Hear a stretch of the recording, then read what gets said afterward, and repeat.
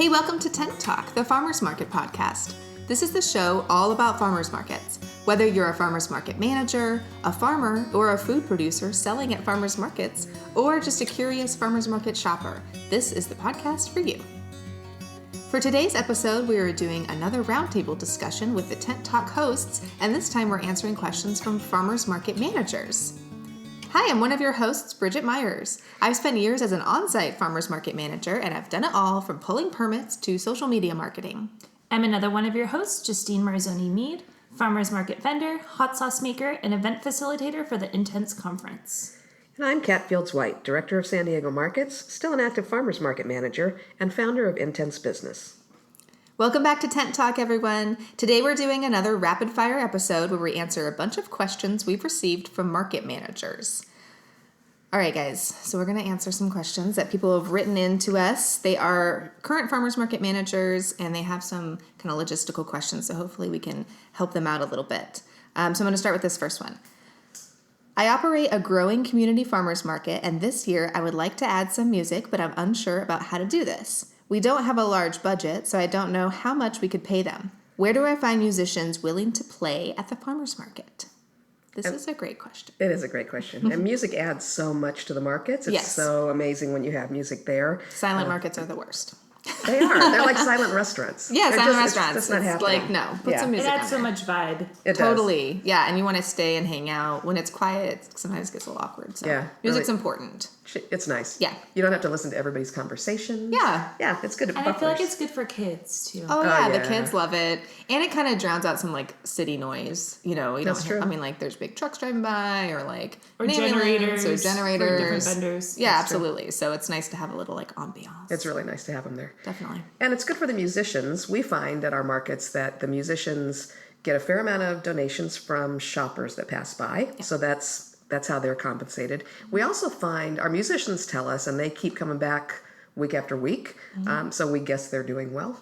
They also tell us that they get a lot of gigs booked that way. So they meet people that say, oh, I love this. Would you come play at my wedding? Or Yeah. would That you come happened play with at my us. party? That's It how we did? met Eliza. Oh, yeah. Yeah. Yeah, and our friend Andrew and Ryan, they found Cece there. Yeah, Cedrice.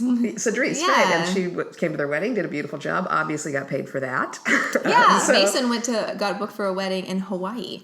He was playing at the Ooh. North Park Market. Oh, wow. And someone was like, oh, I'm getting married in Hawaii. Can I fly you out there? And flew him and his girlfriend out there. And he played music at their wedding. That's Which is nice. like, you could probably find a cool musician in Hawaii, but it's so great that they wanted someone local. They wanted like a local from their neighborhood musician to play at their wedding. That's amazing. cute. Yeah. So it's good for musicians too. The trick about having the market actually pay the musicians is then you actually open yourself up for a lot of different issues. It's either an employee relationship that may be developed, in which case you've got to watch out for things like overtime and benefits and all the things that come along with being an employer. Or if it's a contractual relationship, then the musicians oftentimes have to come up with things that are expensive for them. General liability insurance, you've got to make sure that they name you as other insured. So that gets tricky. So we actually have never paid the musicians at our markets. We're in a big city, so we've got a lot of musicians out there that busk, which means they just show up on our city streets where our markets are and they play music. We do provide them with a calendar so that 3 guys don't show up to play on a particular corner on the same weekend. So we offer the calendar, but we don't hire them, we don't book them, we don't contract with them. So there are people that have figured out how to pay the musicians at markets, which can be important, especially in a smaller farmers market where they might not be able to generate as much in donations. Erin Tormey from Coastside Farmers Markets has figured out a way to work with their surrounding businesses, the restaurants and things that border her market. They hire the musicians, they pay them, so they've got that going on. And that also covers some issues that can come up with people like ASCAP and BMI, where if you're hiring musicians and paying them, you need to be paying into those services that license songs that are played. So it's a lot more complicated than it sounds. It's kind of like farmers markets in general. It's not really just popping up a tent like when you camp. Hiring a musician is not just, oh, hey, there's a guy with a guitar and a girl with a saxophone, and that'll be awesome. You have to really think through a lot of legalities. So Erin's going to be at the Intense Conference, and that's one of the things she's going to talk about is how to fund various things that you might want to add on to your farmers market by using sponsors or cooperative efforts with local businesses. Yeah, and I think at her music booth, they have a banner that's like, this local business sponsored the music. Right. So that's like a great relationship with the community and the business and Win-win. get some recognition, yeah. Absolutely. Because ASCAP will find you. Yes, they will. They will hunt you down. So it's good to know that ahead of time before you start trying to book music at the market. Right. For sure. That's a good question. All right, Kat, you want to do the next one? Yeah, so this person says, a large construction project is scheduled to begin in a few months. Ooh, we know about this. We know this. And will uproot part of my weekly market. How do I manage vendors that will be impacted by the construction and the move we'll need to make? Any advice is appreciated. Oh, well, I think we know a little bit about this. But also, Amber Holland from the Portland Farmers Market, who was a guest on Tent Talk, she was on episode 19. She also spoke about this as well because she had this situation with her weekly farmers market. There was a big construction project that happened in an adjacent building and kind of adjusted the footprint of her market. That's been going on, I think, for almost 2 years at the big Portland State Farmers Market because the construction keeps moving around the campus and they keep having to adjust. Oh, so it's like a moving Right, thing. it's a moving target. That's So, fun. that's fun. When you're measuring down to the foot, it's really Sarah fun. Marshall, actually, from Marshall's Hot Sauce, that'll be at the conference. I always knew where to find her when I visited Portland, and I've had to hunt her down the last couple of times because they keep moving her. Yeah, so I think that's what vendors are really nervous about when this happens. Of course, as the market manager, we're nervous that our whole market is relocating. So our big market in Lilly on Saturday moved about 4 years ago and was supposed to move for 15 months and ended up being a 3-year project, but we had to move to a completely different street. 3 3/4. Yeah. Who's counting? Who's counting? Who counted all those days and weeks? But we moved to a completely different street because they closed basically the middle of our market space, our footprint, to make a regular street into a pedestrian-only kind of piazza. So we had to move to a different street. I remember that move was a lot of work because the street measurements were a little different. It seemed similar, but they were a little off. Driveways in different places. Driveways that we had to loop. There was a tree somewhere. There was a median in the middle of one of the blocks, things like that. So we had to really do some adjusting. So I think advice for this market manager that's asking this question, if I can look back at see what I would have done differently when we made that move. Although I think we did get ahead of it really well. But I do know that the vendors said to give as much notice as possible. And I know Justina said that as well. That always helps when, as soon as you know it's going to go through, there is kind of a fine line you want to walk because usually we know it's going to move before we want to tell the whole public it's going to move, So there's a kind of timing issue there. Because they get confused. They when get you say we're confused. moving in 6 weeks and they show up at the new location that week. Absolutely. People miss yes. those little details. Your shoppers are very special, and you need to hold their hands and make sure that they know exactly where to go when, but giving the vendors as much notice so they can tell their regular shoppers, say, hey, just so you know, in 5 weeks we're going to be here. Okay, 4 weeks, don't forget 3 weeks we're going to be over here. Do that countdown and remind their shoppers, especially if they're going to move to a different location. We did kind of a linear shift to a different street, so a lot of our people ended up in around the same area, just one street south. Well, that happened when we moved to Cedar. Yes. But remember that when we moved back, the layout had changed drastically on the Yes. old street, and a lot of folks didn't make a linear move. Yeah, so they ended up on completely different blocks, Right. completely different ends of the markets, things like that. So yeah, there is your shoppers are going to have to do a little work to maybe find you, but in the end, I feel like it's a good thing to kind of shuffle things around a little bit. The markets get a little stagnant sometimes. Shoppers, I feel like, miss out on a lot of vendors because they go directly to their 10 people that they go to every week. And so they don't get to walk around the market and check out new vendors that are there and see new things. So, Or even old vendors there that they've just they've got their target, they come in and out, they don't notice. I notice whenever we move people that shoppers will say, oh, look, you're new. Yeah. No, I've been here for 3 years. Yeah. We get that all the time. Yeah. They're like, we've never seen you before. We're like, 3 years. We're here. Yeah, we're here. Yeah, anytime you move a portion of the market, move some of the vendors around, all kinds of vendors get new visibility because customers are having to look more closely to find their favorites, and then they find people that they might not have noticed before. Yeah. Justine, do you think it helped you that we kind of try to move vendors in pods? I think that a lot of vendors do care. Dave's kind of a renegade. He's a lone wolf, so he doesn't mind so much. doesn't But need Actually, we try to not move Dave in pods because he actually is such a social butterfly that if we moved him with his friends, he'll spend a lot of time with his friends. yeah, but I think it is really helpful to move certain vendors kind of with their little partners that they've developed on either side of them. And also just to make sure that when you do move them, that you keep in mind that you don't want to put two sauce people next to each other, two bread people. So keeping that in mind. I would also say for this market manager, just like Bridget said, give their vendors as much notice as possible, and to remind the vendors to say, hey, put this in your email newsletter, post this on social media, kind of help raise awareness with us. So the market manager doesn't have to do all the work of informing the public, to make sure the vendors are telling them, hey, this is where you can find me. And also one thing that Amber mentioned when we talked to her on Tent Talk a couple episodes back is that for the vendors that she did have to move, she arranged for them to put up signage at their old locations, telling them, hey, this is where you can find us now. Yeah. So whatever way you can synergize with your vendors to make sure that they feel like, you're compensated for the fact that they are rearranging. Right. Yeah, the sign in the old spot's a good idea. We also usually try to talk to the vendors that they used to be near and say, hey, if somebody's looking for so-and-so, would you send them down there? They're making sure that the neighboring vendors know where they are. That can help. Yeah. And we did flyers and some funny stickers and things way in advance on both moves, and gave those out to the vendors so that they could give them to their customers. That is a really good idea. I know it's really helpful when people ask us, hey, do you know where this vendor is? And sometimes the market is so big that we don't know. Yeah. But it's great when I could be like, yes, it's blocked this way. It's on this side. It's flanked by these two other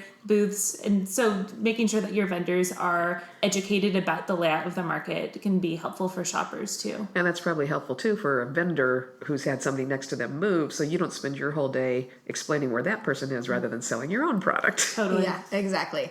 And I think it's good for the shoppers too, because while we want them to explore new vendors, if they come to the market every week and they need their baby Clydesdale sauce or they need their bread or whatever, we want them to be able to find that, because if they can't find it, they might get frustrated and look for other options to shop. The goal is always not to frustrate shoppers. Exactly. Make it very easy. And I know we put a lot of signage up in surrounding businesses before the move, and we had funny stickers that had cows on them that said, don't forget, we're moving. That's right. And it was really clever, and people liked it, and the kids would wear them. And so, really got the word out. It's like, if you find a clever way to say it and understand that, yes, it's not your fault as a market manager if there's a construction issue going on. I mean, I know some residents and vendors kind of got angry with us, like, why are you moving the market? I can't believe it's moving. And you have to just not take it personally. Right. And you have to understand that they are just frustrated that their routine is being shifted. And yes, they're concerned about their vendors finding them. These concerned. Are small business people. Every sale counts. Exactly. And shoppers, they want to do their shopping at the market. So maybe they're frustrated. Or if they live in the neighborhood, the construction could be affecting their kind of daily routine as well as the market. So that kind of accumulates, and you're just standing there in a booth and an easy person to chat with Target? About this. It was a Target, but yes, Target. So yeah, just kind of having a Zen attitude as much as you can. And as market managers, it's what we have to do anyway. So just putting that to practice. But yeah, hopefully that advice will help with your move, and good luck. And I hope your construction doesn't take 3 times as long as they say they're going to Stays on schedule. Stays on schedule. And under budget. Yeah, and under budget. Those are some good questions. Okay, so the next question is about booth fees. So this question is, currently our market collects booth fees based on percentage of sales, but we are considering switching to a flat rate. We've been over the pros and cons list a million times and are still torn. The main concern we have is upsetting our vendors that have lower sales. How can we make this transition without pricing out our vendors? That is a tough call. Our organization does charge a flat fee for probably all of those pros and cons reasons that you've explored. And I understand that we find for a lot of reasons that it just works better for us. In terms of dealing with the vendors that have lower sales, if it's a product that is popular with customers, maybe has a really high cost of goods and is expensive to produce, so that we know that the vendor's not making a ton of margin, sometimes we'll just keep that flat fee lower for that vendor, especially if they're making something that nobody else is making, a really well-differentiated product. A lot of times you'll see market managers make adjustments for it because it's something that fits into the market, that there's not a lot of other people doing it. On the other side, if a vendor can't make what we try to set as reasonable rates that make sense in terms of relationship to the budget of the market and operating the market and what other vendors are paying in other places, if a vendor isn't doing enough sales to pay that flat fee, maybe that's not the best market for that vendor. Maybe that's an indication that the shoppers in that neighborhood aren't looking for that product and they're just never going to be excited about it, and maybe they would do better in a different location altogether. Yeah. Yeah. As a vendor, often I prefer the percentage of sales just because when you have a crappy day, it's hard to shell out that full price of a booth, or if the weather is really bad, or if there's, something that you can't control or whatever. But I have noticed in my experience as a vendor that oftentimes the markets that do charge a flat fee put that extra money into things like security or advertising or other amenities that make it a bit easier to be a vendor there. So as a market manager, if you do switch the fee, I think one way to kind of make sure that you express to the vendor why you're doing that. And maybe you're saying, hey, it makes it so our budgeting is a lot easier for the year because we know we're going to collect this amount every week, and we can take that extra money, or that it can help us budget for more marketing. So we'll put more efforts into making sure we have more shoppers at our market. So Justine, it's sounding to me like you assume that a flat rate is higher than a percentage rate. Whereas one of the reasons we do a flat rate too is that we felt like a lot of the farmers in particular were penalized by percentage. Our farmers tell us that our flat rate at our busiest market especially is way lower than what they pay in percentage at another big busy market in town. That might be because, at least in California, the fees at a farmer's market are much lower for farmers than they are other vendors. I'm just saying, not on a percentage. Based on my experience at farmers markets, most of the time, the percentage farmers markets are more inexpensive than the flat fee. Interesting. Yeah. But that is only in my own personal experience. So. Right. But somebody that's selling a lot or that has an expensive product will definitely pay more with a percentage rent. So I think it affects different vendors differently. I think we had to laugh a little bit when you said when the weather's bad, because we invariably have people that appreciate the flat rate at our market that then want a discount on rainy days. It's like, so you only want it to be a percentage market on the bad days, right? Exactly. On a really good day, we'd really rather be at a flat rate. The bottom line is there are pros and cons for everything. I mean, I understand why this person had this question, because it's tough. For some people, it's going to be much better if it's a flat fee. And for other people, it's going to be much better if it's a percentage. So I think whatever you do, you're just going to have people that are unhappy, and you're going to have to explain to them, the rationale for why you did that, and kind of just stick to it and roll with it. Yeah. I think it just depends on how your business model is set up, what the cost is of your goods, and like how high your sales are at a particular market, right? And how much it costs to operate a particular market. Yeah. Like a smaller market, you're not bringing in as much vendor fees, but it still probably costs almost as much to operate that market, because you still have to pay the permits, and the insurance. You still have to have some staff. You still have to have lights if that's something you do. You still have to have generators. So it's like those costs don't go up and down based on the weather. You know, things like that. We still have to pay the same insurance fees. Yeah, it's difficult, but then it's all these little smaller businesses who also have stagnant costs that don't go up and down with the weather. So it's a kind of a partnership thing. You have to figure it out. And I'm sure you report entirely accurately, but in your experience talking to other vendors at percentage markets, do you think they're actually paying a percentage of the full amount of their sales? Well, I think it really depends. What I was just going to say is we don't hire employees. So it's either, it's me or Dave who's there. We're both the business owners. And so, we report correctly, but some other people might not. But also if people have employees, it gets complex too, because then, if you're paying a percentage each week, you have to trust that your employee is paying the correct amount. But a flat fee, I can write a check for the month and I know it's going to cover it. So there are so many pros and cons to this. I think that you just have to base it off of what's good for your organization and stick to it and be able to explain it the best you can to your vendors that have concerns when you switch over. Right. Yeah, and hold people accountable, whether it's you need to report your percentage accurately or you need to pay this full fee. Because we do have what we run into really with the flat fee is, I didn't make my rent yet today. But if it's a flat fee, that's not what it's about. You should just come with it. It's like a rent check. It's like you just have to have it when it's due. So it's, or if it's raining, like, it's raining. And then I know I got into a quarrel with a vendor many years ago because he said he wanted a discount for the rain. And then I just made a joke. It was ill-timed. But I said, okay, well, when it's sunny, I'll give you a sunny a charge for the sun, like an extra charge for the sun. He didn't like that. But I thought that you were not properly sympathetic. I was not being sympathetic, which I was true. not, which we were just talking about. Market managers have to keep their cool, and I was a little irritated, but it's just, so it's... You weren't having any fun being wet either. Is that what you're saying? I mean, I was having a blast. The wind, I think it was windy and rainy. When you ask specifically, though, how can we make this transition without pricing out our vendors? If you have specific small vendors that you're worried about that they only make so many sales, but for whatever reason you find them valuable, or you consider the fact that they've helped you grow your market, and so you want to make sure that you don't do anything that's going to upset their business. I mean, you can move to a flat fee, but keep your flat fee low for very small vendors. Yeah. There's not grandfather them in, exactly, or find a way to prorate their we have a rent. wide variety of flat fees at our market, and the folks that were with us when it was a teeny tiny market and hung in there while it grew are still at lower rates now than people that didn't start with the market until it was very big and busy.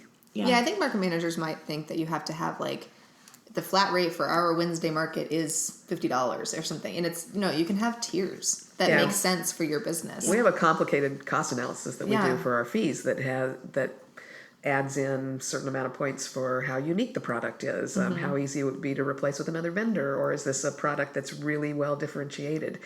Farmers versus other people that are doing any kind of resale at all where someone else is manufacturing part of their product, we charge them more because we're trying to advance makers and producers. So it can be a complicated thing. But understand that vendors tell each other what they're being charged, so That's you true. have to have an explanation for it. And you can't say, well, this is my friend, so I charge them $40, and you're not my friend, so I charge you $50. That's probably not going to fly.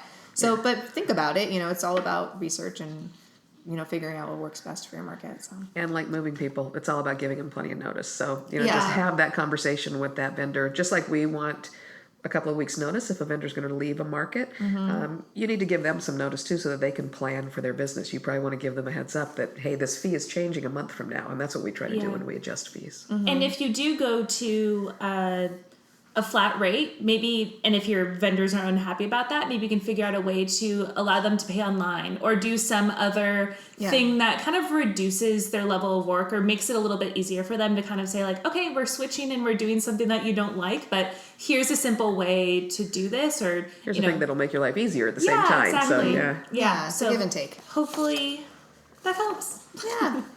Excellent. All right, our last question. We've got one more. Okay. So this manager says, the market I manage is thriving and vendors are doing well. However, we have a poor rating on Yelp and Google Business, and I'm concerned that'll impact us, especially during busy tourist months. Mostly the complaints are about lack of parking and not enough hot food. Like we have too many farmers and not enough carnival-esque vendors. Oh, there's a little bias in there. Is there a way to fix our ratings without moving our market or compromising our values? Or should we even care what Yelp says?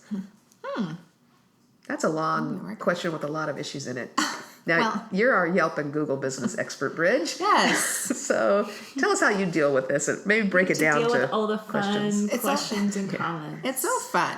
Well, I'll tell you that our very busy market is really fun to read those reviews. And when we start a new market it's a struggling market, it's not fun to get those reviews. And I know that when my email dings and I see you have a review on Yelp, my heart just races. And even if it's a Mercado, even if it's our good market there's review, no parking there. I get really anxious when I read them. Yeah, because we do get, or like there's dogs at the market or whatever. So I've been doing this for many years, and I feel that Yelp and Google Business Reviews and Facebook reviews, those are not permission-based things. You're not setting that up as a program for your customers to use. They're going to use it anyways, whether or not you're involved, whether or not you like it.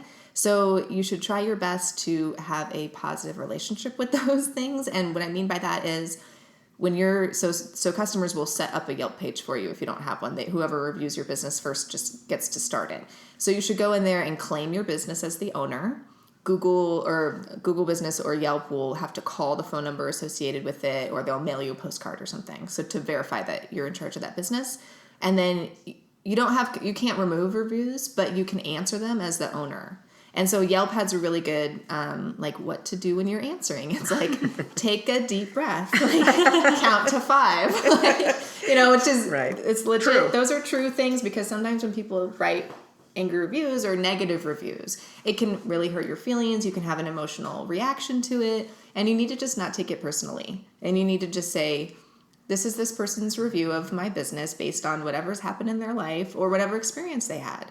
we've had reviews that have said this vendor was really cranky and he was rude to me. And then I think about it and I say, you know what? That vendor has a really dry sense of humor. And if I didn't know that vendor and I was meeting him for the first time, sure, he might come off as abrasive. And I can see why this person said that. Well, and sometimes that's an experience that you can use because you can go to that vendor and say, I find you hilarious. But just understand that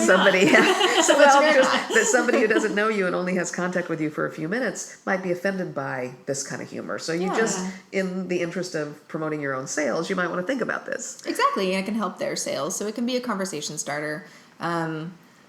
I think you can also kind of learn to manage it. You can post your own photos on there because sometimes we get really weird photos, not necessarily bad ones, but just like don't make the business look super great, like close-up pictures of like Indian food, which is like never photographs well, or like gumbo, it's like, and it's a farmer's market. So I am always posting, and you can post as many pictures as you want as the owner. So I always post a ton of pictures. Encourage your regular shoppers to post. You don't want to say, hey, like we'll give you $10 if you post, even if you've never been there, that kind of thing, because that gets sleazy. But if you just remind people like, hey, check in or post a good review, that'll kind of up those reviews. So it sounds like this market manager has a poor rating based on parking and not enough hot food items. So maybe ask your regular shoppers, say, hey, how do you feel about the parking? Can you post about, this is my trick for getting a good parking spot, or like, hey, I love this market. If you park over here, it makes it easier, or take the trolley, or like give some tips, or these are my favorite farmers at the market. Like this market is so great because it has so many farmers. Just write some positive things that kind of can overshadow those negative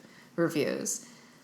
Bridget, you should tell your success story about this just happened over the holidays. I was gonna read this 1-star review because I thought it was hilarious. I texted it to Kat. Our Wednesday market was closed the day after Christmas. It was December 26th because we don't want to ask our farmers and vendors to do a bunch of prep on Christmas for the next day market. So granted, it wasn't an actual holiday, but it was the day after Christmas. We'll call him T. T came to the market and said that he gave us a 1-star review on Google Business and said the schedule said that this farmer's market is open on Wednesday. I went and no one was there. And he went on about how he talked to people and they said that the market is on Saturday because we also have a Saturday market in the same neighborhood. Yeah, it's much older. Obviously, he was probably talking to tourists that have come and go to the Saturday market, or maybe they had just gone to the Saturday market previously to that Wednesday. Anyways, one star. So then I replied and just said a very nice reply, like, hi, T, the Wednesday market's usually open from 9 to 1 every Wednesday. We close so our farmers and vendors can have a day with their families and friends. On the holiday, we'll be open next Wednesday. I hope you come see us and come check it out. It's one of our newest markets. If you're not here next Wednesday, check out our Saturday market. It is open on Saturdays. So, I always reply back. Sometimes it works, sometimes it doesn't work. But then I just went to look at it to speak on this issue today.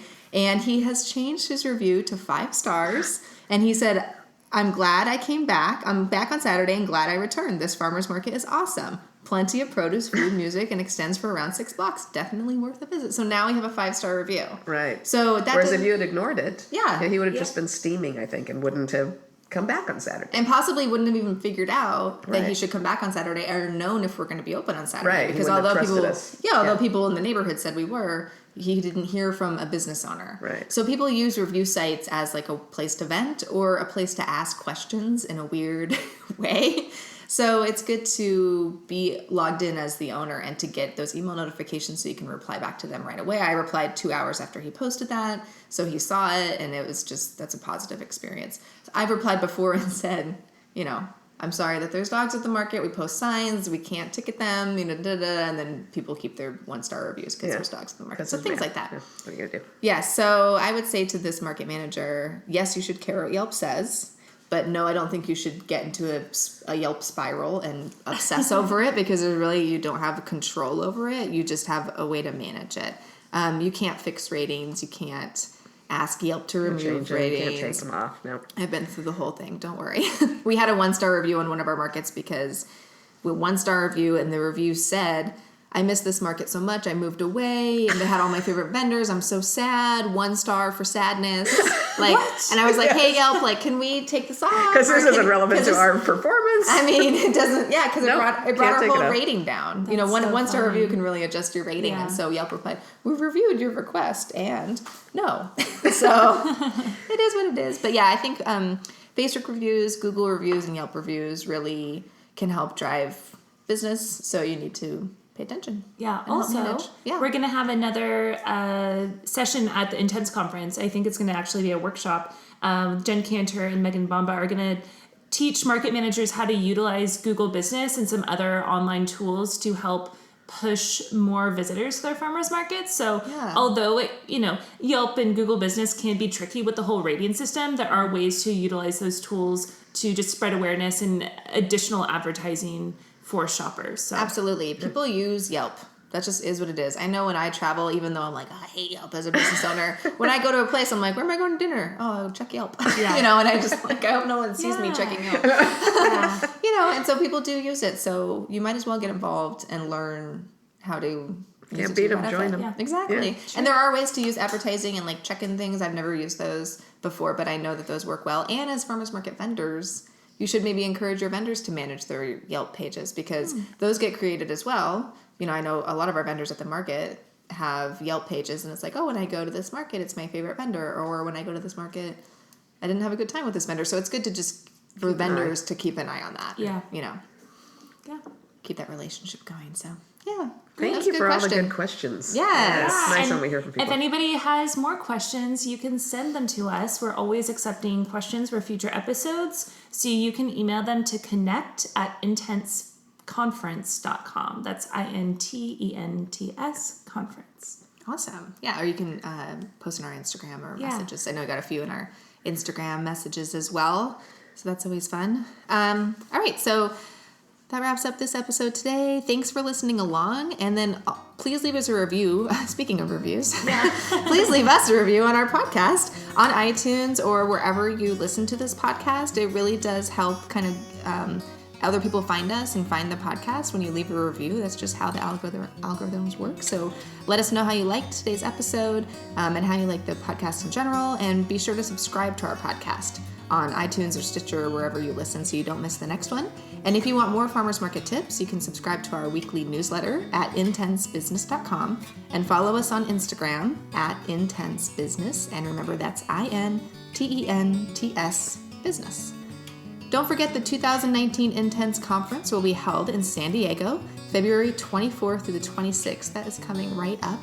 And you can still get tickets. You can purchase tickets on our website at intenseconference.com. And we are so excited to see all of you listeners live and in person at the conference. This podcast is produced by Intense Business, where passion meets profit. Today's episode was recorded and edited by Justine Marzoni-Mead. Original music by David Mead. Special thanks to Vendor 101 and San Diego Markets.